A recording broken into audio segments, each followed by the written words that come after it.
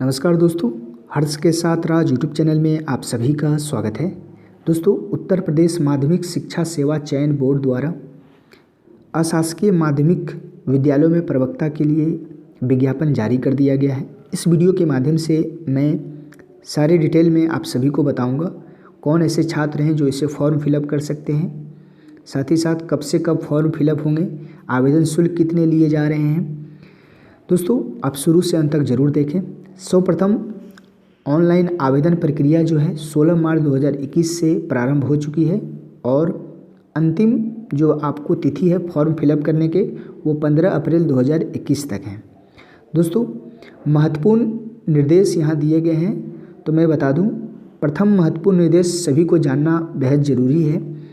प्रवक्ता संवर्ग के प्रत्येक विषय के सापेक्ष एक ही आवेदन स्वीकार किया जाएगा, यद्यपि एक से अधिक विषय में पृथक पृथक आवेदन कर सकते हैं। अगर कोई स्टूडेंट 2 सब्जेक्ट के लिए एलिजिबल है तो वो पृथक पृथक आवेदन कर सकते हैं। सेकेंड, जो महत्वपूर्ण जानकारी दी गई है, विज्ञापन जो विज्ञप्ति है पदों की संख्या घट बढ़ सकती है। दोस्तों, यहाँ पर लिखा गया है लिखित जो एग्ज़ाम होंगे कोई भी निगेटिव मार्किंग नहीं रहेंगे, तो कोई भी निगेटिव मार्किंग नहीं है। नेक्स्ट है दोस्तों, किसी भी आरक्षण का लाभ जो है उत्तर प्रदेश के निवासियों के लिए अनुमान है। आर्थिक रूप से कमज़ोर वर्ग के अभ्यर्थियों के लिए 10% जो है प्रतिशत आरक्षण दिया गया है। दोस्तों, अब मैं यहाँ बता दूँ, आपको कोई भी दिक्कतें हैं फॉर्म फिलअप करने में तो आप इस हेल्पलाइन नंबर पर संपर्क कर सकते हैं। दोस्तों, यहाँ पर आप देखें सारे डिटेल्स दिए गए हैं फॉर्म फिलअप करने के। दोस्तों, आवेदन शुल्क कितने लिए जा रहे हैं यहाँ पर लिखा गया है। जो भी छात्र समान वर्ग से हैं तो उन्हें कुल जो है 750 रुपीज़ लगेंगे। EWS कैटेगरी को 650, OBC कैटेगरी को 750, अनुसूचित जाति स्टूडेंट के लिए 450 रुपीज़, अनुसूचित जनजाति के लिए 250 रुपीज़। दोस्तों, जो स्वतंत्रता संग्राम सेनानी हैं, आश्रित हैं, तो वो क्रमांक जो है 1 से 5 में उल्लेखित मूल श्रेणी के अनुसार होंगे। अगर जो छात्र स्वतंत्रता सेनानी के आश्रित हैं तो वो समान वर्ग में उनको 750 ही देने होंगे।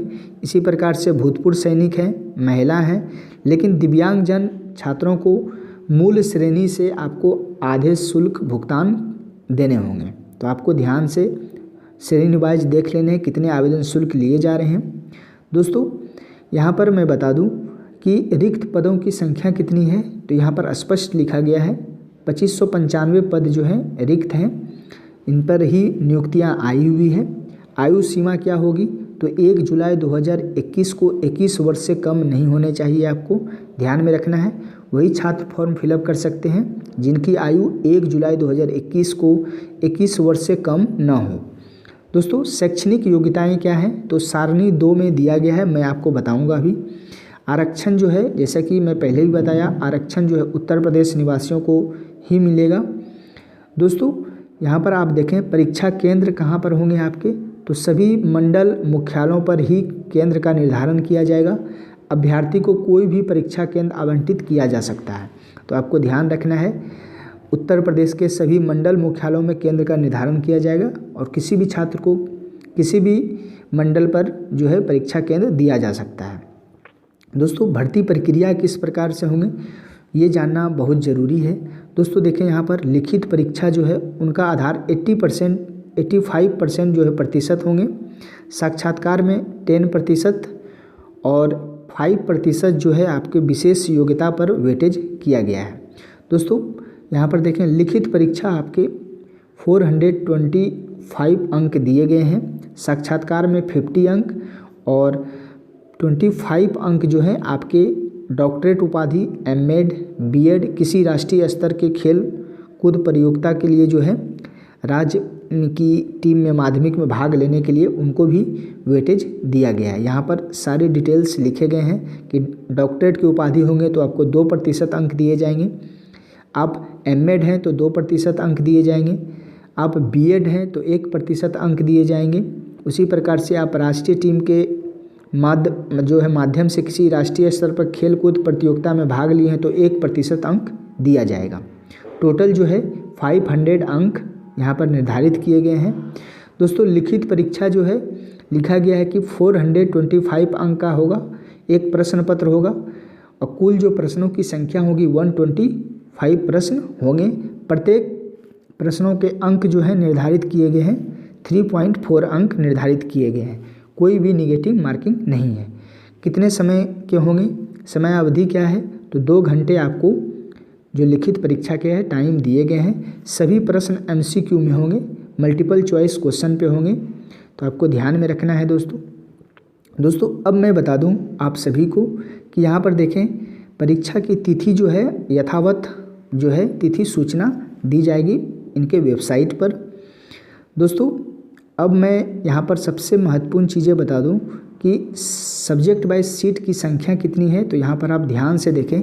हिंदी सब्जेक्ट में 363 सीटें हैं, गणित में 98 हैं, गृह विज्ञान में 2 सीटें हैं, अर्थशास्त्र में 143, इतिहास में 68, इंग्लिश में आप देखेंगे यहाँ तो 269, कला में 49, पॉलिटिकल साइंस नागरिक शास्त्र में 153, भूगोल में आप देखें 250, मनोविज्ञान में 35, शिक्षा शास्त्र में 25, समाज शास्त्र में 67, संस्कृत में 232। उनके बाद आप यहाँ पर देखें जीव विज्ञान में 108, भौतिक विज्ञान में 148, रसायन में 168, शारीरिक शिक्षा में 11, वाणिज्य में 45, कृषि में आप यहाँ पर देखेंगे 38, सैन्य विज्ञान में 10, तर्कशास्त्र में 7 सीटें आई हुई है। तो आप यहाँ पर ध्यानपूर्वक देखेंगे, आप जो सब्जेक्ट से हैं सबसे अधिक सीटें जो हैं हिंदी सब्जेक्ट में आई हुई हैं 363। दोस्तों अब नीचे क्रमबद्ध जो योग्यताएं हैं, कौन से सब्जेक्ट में कौन से ऐसे छात्र जो फॉर्म फिलअप कर सकते हैं, तो आप इस पूरे PDF को डाउनलोड कर अच्छे तरीक़ा से पढ़ लें। हिंदी सब्जेक्ट में योग्यताएं क्या क्या हैं, यहाँ पर 3 योग्यताएं दिए गए हैं। इसी प्रकार से सभी सब्जेक्ट के योग्यताएं यहाँ पर स्पष्ट रूप से वर्णित किया गया है, तो आप पूरी अच्छे तरीक़ा से पढ़कर फॉर्म फिलअप करें। उम्मीद है दोस्तों यह जानकारी आपको अच्छी लगी होगी। आप इस चैनल पर बने रहें।